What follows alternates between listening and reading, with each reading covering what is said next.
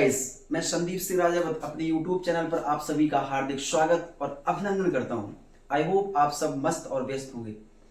देखिए, मैं अपनी पिछली क्लासेस में चैप्टर सेकंड और चैप्टर थर्ड को कंप्लीट करा चुका हूं। अब चैप्टर नंबर 4, इसको हम सारणिक बोलते हैं, जब चैप्टर 4 को शुरू करने वाले हैं। और चैप्टर 4 को अच्छे से आप समझिए, क्योंकि इस चैप्टर से बोर्ड एग्जाम में कई सारे क्वेश्चंस आते हैं, जिसको जानना और समझना बेहद इंपॉर्टेंट है। देखिएगा, ये मैंने 2 सारणिक लिख रखे हैं। ये बेटा सारणिक का प्रतीक चिन्ह होता है, जैसे कि आव्यूह का प्रतीक चिन्ह था, उसी प्रकार ये सारणिक का प्रतीक चिन्ह है। 2 पैरेलल लाइन, ठीक है। अब इनको प्रसार करने के लिए अभी हम आपको इनका प्रसार करना सिखा रहे हैं कि हम इस सारणिक का प्रसार कैसे करते हैं। चलिए देखते हैं। देखिएगा, जैसे कि ये बड़ा सारणिक दिया है, इसका प्रसार करने के लिए हमें छोटे छोटे उप सारणिक में इसको बदलना पड़ेगा।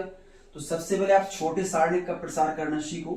जब कभी भी केवल 2x2 क्रम का कोई भी सारणिक दिया हो और ये सारणिक 3x3 क्रम का है, सारणिक हमेशा एक वर्ग आव्यूह होता है, ठीक है। मतलब कहने का है कि रो और कॉलम समान होते हैं, यहाँ 3 3 यहाँ 2 2 समान है, तो सारणिक हमेशा वर्ग आव्यूह होता है। तो जब इसको हम सॉल्व करेंगे तो ये मान के चलिए एक प्रकार का कि कैंची गुणा होता है। आपके दिमाग में थोड़ा सेट कर लो कि कैंची गुणा होता है कैसे। 2 का 2 में गुणा हुआ तो बेटा 4 हुआ, ये बात क्लियर है। फिर माइनस, मतलब इसका गुणा यहां हुआ, अब इनका गुणा होना है। 4 का जब 1 में करेंगे तो माइनस का 4 आएगा, ओके। तो ये कंप्लीटली माइनस माइनस मिलकर प्लस हुआ, तो 4 4 मिलकर बेटा 8 हो गया। तो इस सारणिक का वैल्यू 8 आ गया है। इतना क्लियर है। अब ये सारणिक दिया, ये सारणिक 3x3 का है, तो 3x3 सारणिक को सबसे पहले 2x2 सारणिकों में बदलना पड़ेगा और फिर इस प्रकार से प्रसार करना है, ठीक है। तो देखो, प्रसार करने के लिए आपको अच्छे से पता है कि ये R1 होता है, ठीक है ना, और ये R2 है। अगर आपने मैट्रिक्स की क्लास मेरी देखी है तो आपको R1 R2 R3 अच्छे से समझ में आ रहा होगा। और ये C1 C2 और C3 है। तो मैं प्रसार करता हूं R1 के सापेक्ष, तो लिख भी दे रहे हैं कि R1 की सापेक्ष कह दो या अनुदिश कह दो, बात एक ही है। R1 के सापेक्ष प्रसार करने पर, ठीक है। तो R1 मतलब ये, अभी कुछ देर के लिए हमने यहाँ एक बॉक्स बना दिया, इसका मतलब ये हुआ कि जो R1 के अवयव हैं वो कभी भी इस तरीके से अंदर नहीं आएंगे, ठीक है। और इनका बेटा चिन्ह भी होता है। चिन्ह कैसे होता है, पहले प्लस, अगर 3 क्रम का दिया तो प्लस माइनस प्लस फिर माइनस फिर प्लस फिर माइनस फिर प्लस फिर माइनस फिर प्लस, ये अल्टरनेट प्लस माइनस चलते रहते हैं। तो मैं प्रसार R1 के सापेक्ष कर रहा हूं, तो पहला चिन्ह प्लस होगा, मतलब ये प्लस का लिया जाएगा, फिर माइनस होगा तो ये माइनस का लिया जाएगा, और फिर प्लस होगा तो ये प्लस का लिया जाएगा, ओके। इतना क्लियर है ना। देखिए, तो मैंने प्लस का 3 लिया, तो प्लस का 3 लिया, और अब यहां पर छोटा छोटे सारणिक बनेंगे। जैसे कि 3 लिया है तो 3 के नीचे वाला कोई भी अंक नहीं लेना है, तो फिर और R1 के अंक तो कभी लेने ही नहीं है अंदर की तरफ, वो तो बाहर ही आएंगे। तो फिर अंक बचेगा 2 3 और 2 3, तो लिख दो यहाँ पे 2 3 और 2 3। ये काम पूरा हो चुका हमारा। अब आगे बढ़ेंगे तो मिलेगा माइनस का 2, तो माइनस, और हमने यहाँ पे 2 लिख दिया। अब फिर से एक छोटा सा सारणिक आएगा 2x2 का। तो अब की बार 2 की नीचे का कोई भी एलिमेंट अंदर नहीं आना, तो बचा गया 2 3 और 3 3, ओके। लिख दो यहाँ पे 2 3 और 3 3। अब आगे आना बेटा प्लस का 3, तो लिखा मैंने प्लस का 3। एक सारणिक 2x2 का और बनेगा। इस 3 के नीचे का सब कुछ छिपा लो, तो 2 2 और 3 2, ओके। तो लिख दो 2 2 और 3 2। देख लो, ये 3x3 का सारणिक जो था, जब प्रसार करते हैं तो वो 2x2 के सारणिक में टूटता है या ओपन होता है, ठीक है। अब 2x2 का सारणिक मैंने हल करना भी आपको यहाँ सिखाया था, बस वही टाइप यहाँ काम आने वाला है। तो सबसे पहले मैंने 3 लिखा, अब अंदर ब्रैकेट को लगाना पड़ेगा, क्रॉस मल्टीप्लाई बताया था ना। तो 3 का 2 में 3 2 या 6, फिर माइनस 3 का फिर 2 में 3 2 या 6, ओके। अब आगे चले तो माइनस का 2 हुआ, यहां भी वही काम है, 3 2 जा 6 और माइनस 3 3 जा 9। ओके, पहले ये मानो कि मुख्य विकर्ण है, तो पहले मुख्य विकर्ण वाला मल्टीप्लाई करते हैं। ठीक है, आगे देखो लिखा है प्लस का 3, 2 2 जा 4 और 3 2 जा 6। ओके, इतना बेटा क्लियर है ना? अच्छे से देखिए समझ गए। अब देखो ये 3 है लेकिन अंदर माइनस करने पे 0 आया। ओके, ये 2 है और अंदर घटाने पर माइनस का 3 आया। ये प्लस का 3 है और अंदर घटाने पर माइनस का 2 आया। इतना क्लियर हुआ? अब सिंपल सी बात है कि ये 0 हो रहा है और माइनस माइनस प्लस हो गया 6 और वो बेटा माइनस का 6 है, तो ये फाइनली 0 मिल गया हमें। 6 और 6 घटकर 0 हुआ। ये क्या प्रसार करना आपने सीखा? प्रसार कहीं से भी करें, R1 के सापेक्ष प्रसार हो सकता है, R2 के सापेक्ष हो सकता है, R3 के सापेक्ष प्रसार हो सकता है। ये C1 है, प्रसार C1 के सापेक्ष हो सकता है, C2 के सापेक्ष हो सकता है, C3 के सापेक्ष हो सकता है, बट आंसर बेटा एक ही आएगा, 0। आंसर में कोई फर्क नहीं है, कोई परिवर्तन नहीं है। और चिन्ह हमेशा इस तरह के लेना। अगर मैं प्रसार बेटा R2 के सापेक्ष करता, ओके, तो ये जो 2 है ना यहां बाहर आता, ये वाला 2 यहां बाहर, ये वाला 3 यहां बाहर, और चिन्ह ऐसे आते माइनस प्लस माइनस, पहले माइनस फिर प्लस और फिर माइनस। ओके, कहीं से भी कर लो। अगर मैं यहां से करता इस तरफ से C2 के सापेक्ष, तो पहले माइनस है ना, पहले माइनस, तो माइनस का 2 आता, फिर ये 2 प्लस का आता, फिर ये 2 माइनस का आता। आप करके देखिएगा, कोई फर्क नहीं पड़ेगा, इक्वल आएगा। अब एक बात यहां पर और जानते हैं, देखिए हमें सारणिक की प्रॉपर्टी भी अच्छे से पता होना चाहिए। सारणिक की कई सारी प्रॉपर्टी, बट उसमें कुछ मोस्ट इंपॉर्टेंट प्रॉपर्टी बहुत बहुत आवश्यक हैं, जो कि क्वेश्चंस करने में काम आती हैं। देखिए अगर हम यहाँ पर उस प्रॉपर्टी का प्रयोग करें सारणिक की, ओके, प्रॉपर्टी का प्रयोग करें, तो ये आंसर बहुत जल्द 0 आने वाला है। कैसे? देखिए सारणिक की प्रॉपर्टी एक होती है कि अगर किसी भी सारणिक में कोई दो पंक्तियां या कोई दो स्तंभ आपस में समान हैं, तो उस सारणिक का मान 0 होता है। तो हमें दिख रहा है कि ये R1 कितना है, 3 2 3, और ये R3 कितना है, 3 2 3। क्या देखा हमने कि R1 इक्वल R3 है, दो पंक्तियां समान हैं आपस में। और अगर किसी सारणिक में दो पंक्तियां समान हो जाएं, तो उस सारणिक का मान 0 होता है। क्या सॉल्व करने की आवश्यकता थी? बिल्कुल नहीं थी। ठीक है, तो ये प्रॉपर्टी आप याद रखिएगा, बहुत इंपॉर्टेंट है। और बीच बीच क्वेश्चन में किसी ना किसी में प्रॉपर्टी जो यूज होंगी वो आपको अच्छे से समझाते भी जाएंगे। फिलहाल अभी इस प्रॉपर्टी का ध्यान रखिए आप, अगर किसी सारणिक में कोई दो पंक्तियां समान हो, तो उस सारणिक का मान 0 होता है। ठीक है, कोई दो स्तंभ समान हो तो भी उस सारणिक का मान 0 होता है। ओके, चलिए नेक्स्ट नंबर देखें। अभी मैं ऐसी बेसिक आपको बता रहा था, ठीक है। अब एक्सरसाइज 4.1 को देखते हैं। एक्सरसाइज 4.1 देखते हैं। 4.1 क्या कहता है? 4.1 बहुत ही अच्छा एक्सरसाइज है, बहुत अच्छा है। और अगर आपने कुछ बातें अच्छे से सीख ली, तो यह अभ्यास आपके लिए बेटा बहुत आसान रहेगा, बहुत बहुत बहुत आसान। 1 ओमेगा ओमेगा स्क्वायर, फिर ओमेगा ओमेगा स्क्वायर और 1, फिर ओमेगा स्क्वायर 1 और ओमेगा। हमें ये प्रूव करना है कि इसका वैल्यू 0 है। एक तो ये क्वेश्चन है। यहीं पर एक और भी लिख रहे हैं, इसका बी वाला पार्ट। बी वाला पार्ट है 1 ओमेगा 6 और ओमेगा 8, फिर ओमेगा 6 ओमेगा 3 और ओमेगा 7, और आगे है 8 7 1। ये बेटा दिया ना, और इसमें इसका हमें वैल्यू पता करना है। देखिए ध्यान से, दोनों ही क्वेश्चन बहुत ही मस्त अच्छे क्वेश्चन है। देखो सबसे पहले हम इस क्वेश्चन को देखें। देखिए सारणिक में कोई भी क्वेश्चन हो, एकदम प्रसार नहीं करना चाहिए। जैसे कि ये क्वेश्चन दिया है, अगर हम प्रसार करने बैठे तो थोड़ा सा बड़ा भी हो सकता है, हो सकता जल्दी आ जाए, बड़ा अधिकांशतः हो जाता है, चेक करने में भी प्रॉब्लम होती है। इसलिए इसको हम प्रॉपर्टी का यूज करेंगे।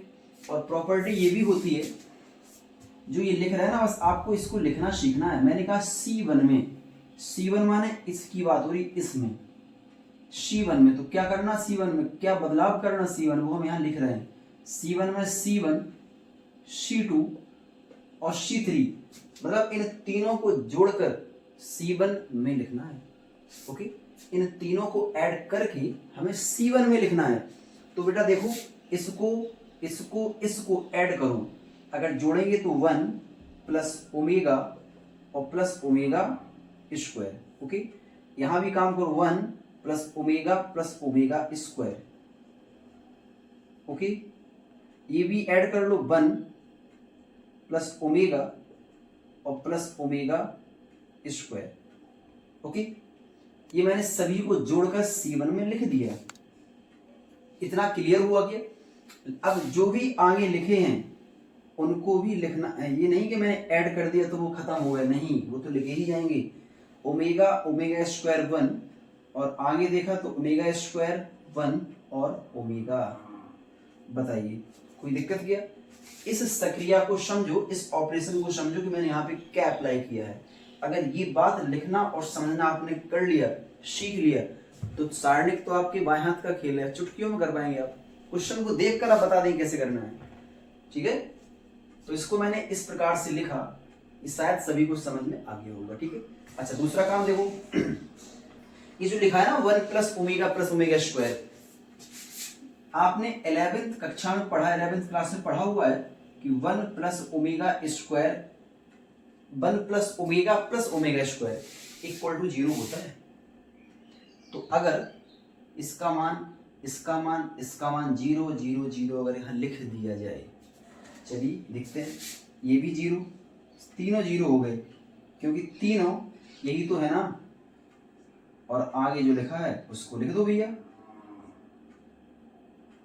आगे जो था उसको मैंने लिख दिया। ओके, अब देखो ध्यान से, अभी मैंने पिछले क्वेश्चन में प्रॉपर्टी सिखाई थी, वो तो एक प्रॉपर्टी हो गई। अब एक नेक्स्ट प्रॉपर्टी देखो, यदि किसी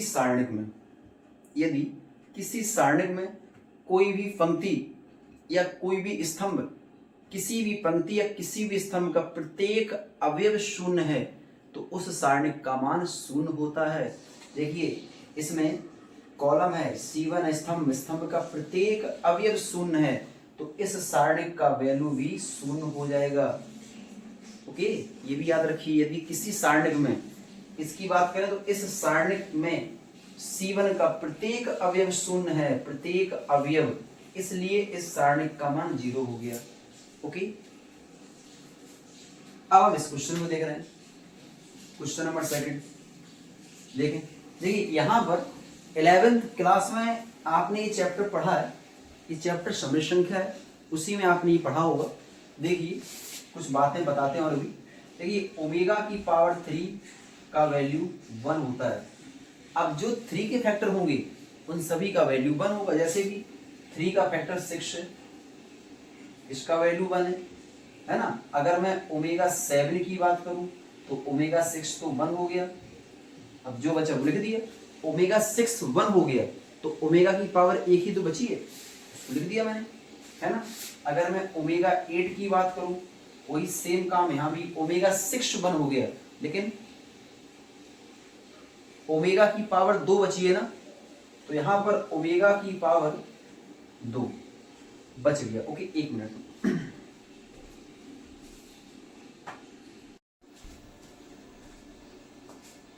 हाँ, तो मैं क्या बता रहा था यहाँ पे कि जितने भी 3 के मल्टीपल होते हैं उन सभी का वैल्यू 1 होता है। जैसे omega cube, omega 6, omega 9, omega 12, जितने भी 3 के मल्टीपल हैं सबका वैल्यू 1। और उसके अलावा मल्टीपल के अलावा कुछ बचा अगर, तो वही आंसर में आ जाता है। जैसे कि ओमेगा 7, तो ओमेगा 6 तो 3 का मल्टीपल है, तो ओमेगा 6 को अलग कर लिया, एक बचा ना ओमेगा, वही आ गया।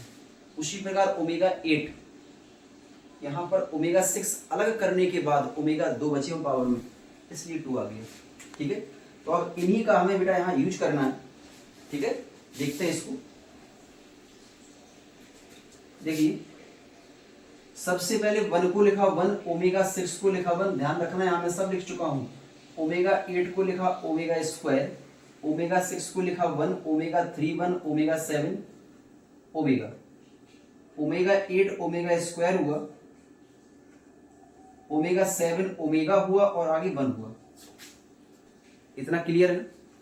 अब देखो ध्यान से, यहां पर क्या करना है, जब कभी भी आपको ऐसे 1 और 1 दिखें, लगे कि घटाने पर 0 आ सकता है, तो हमें वहां पर आपस में दोनों को घटा देना चाहिए।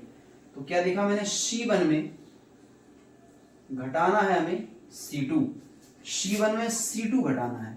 ओके, तो ये C1 है और ये C2 है, घटा दो, 1 में 1 गया 0 बचा, 1 में 1 गया 0 बचा। इन दोनों को अगर माइनस करेंगे तो ओमेगा स्क्वायर माइनस ओमेगा, आगे बचा है 1, फिर 1, फिर ओमेगा, फिर ओमेगा स्क्वायर, फिर ओमेगा और फिर 1। ओके, इतना बेटर है, अच्छे से देख लीजिए। अब इसकी बात का समझो, बहुत ही इंपॉर्टेंट बात बताने वाले हैं, उस बात को देखो।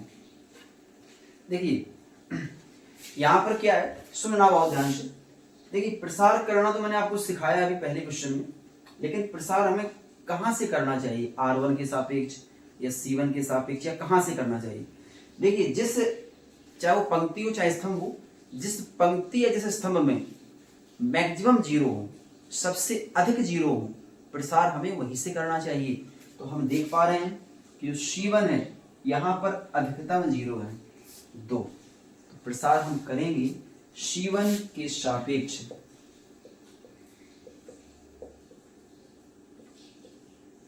C1 के सापेक्ष प्रसार करने पर। अब यहां करने से फायदा क्या है उसको देखना ध्यान से। अगर मैंने C1 से प्रसार किया तो चिन्ह तो आपको याद है ना, ये प्लस ये माइनस ये प्लस, तो पहले 0 आएगा। अब 0 आएगा तो अंदर आप चाहे कुछ भी लिखो, कोई भी अवयव आए उससे मतलब नहीं है, लेकिन जब बाहर ही 0 है तो अंदर कुछ भी हो सब 0 हो जाएगा ना। ठीक है, तो हम यहाँ पे लिखते ही नहीं है, अब बताएंगे क्या करना है। अब आगे बढ़े माइनस का 0, वही सेम काम यहाँ भी है, अंदर चाहे कोई भी अवयव हो, जब बाहर ही 0 तो पूरा 0 हो गया। अब आगे बढ़े प्लस, इसको तो लिखना है पहले ओमेगा स्क्वायर माइनस ओमेगा। अब चूंकि यहाँ तो 0 नहीं है बाहर, अब अंदर के तो लिखने पड़ेंगे, और आपको बता दिया था कि जो अवयव लिखा है बाहर उसके सामने वाला खत्म हो जाता, तो क्या बचा 1 ओमेगा स्क्वायर और 1 ओमेगा। ओके, इतना क्लियर है। चूंकि ये 0 हो गया, इसको हमें लिखने की आवश्यकता ही नहीं है, उसको लिखना ही नहीं है क्योंकि 0 हो रहे हैं, केवल बस इनको देखो। बाहर लिखा था ओमेगा स्क्वायर माइनस ओमेगा, यहाँ बेटा क्रॉस करिए 1 का ओमेगा में तो ओमेगा, यहाँ भी करिए तो ओमेगा स्क्वायर। देख पा रहे लगभग एक जैसे हैं, गुणा कर लीजिए बस आंसर आ ही जाएगा। ओमेगा का ओमेगा स्क्वायर में करोगे तो ओमेगा क्यू, ओमेगा का ओमेगा में करोगे तो ओमेगा स्क्वायर, ओमेगा स्क्वायर का करो ओमेगा 4, यहाँ करो तो प्लस का omega cube, omega cube 1, omega square को मैंने बेटा ऐसे लिख दिया, ओमेगा 4 को ओमेगा कहेंगे बिकॉज ओमेगा क्यू अलग कर दो इसका वैल्यू 1 होता है, तो पावर में 1 बचा ना ओमेगा, और ओमेगा क्यू 1 हो गया, 1 और 1 मिलके 2 हुआ। इन दोनों से मैंने माइनस को कॉमन कर लिया। ठीक है, कोई दिक्कत? अभी कुछ देर पहले मैंने बताया था कि 1 प्लस ओमेगा और plus omega square equal to 0 होता है। तो अगर यहीं से हम ओमेगा स्क्वायर प्लस ओमेगा का अगर मान निकालें तो इस 1 को वहां पक्षांतर करना पड़ेगा, सिंपल सी बात है। तो सीधी बात है कि इसका जो वैल्यू है वो निकल के आ गया माइनस का 1, तो माइनस और माइनस मिलके प्लस हो गया, तो इसका बेटा आंसर 3 आया। Okay, any problem? अच्छे से देख लो, कोई भी प्रॉब्लम नहीं, बहुत आसान सा क्वेश्चन है, बहुत सिंपल है। आई होप आप सबको अच्छे से समझ में आया होगा, बहुत सिंपल है। ठीक है, चलिए नेक्स्ट क्वेश्चन नंबर देखते हैं, आगे देखते हैं।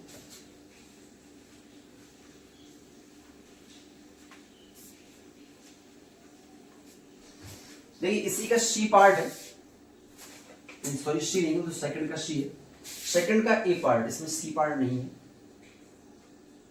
लिखा है 200 मान 2000, फिर लिखा है 2001, फिर लिखा है 2002, और यहाँ लिखा है 2003, फिर लिखा है 2004, 2005, 6, 7, 8 उल्टा ऐसे लिखा है।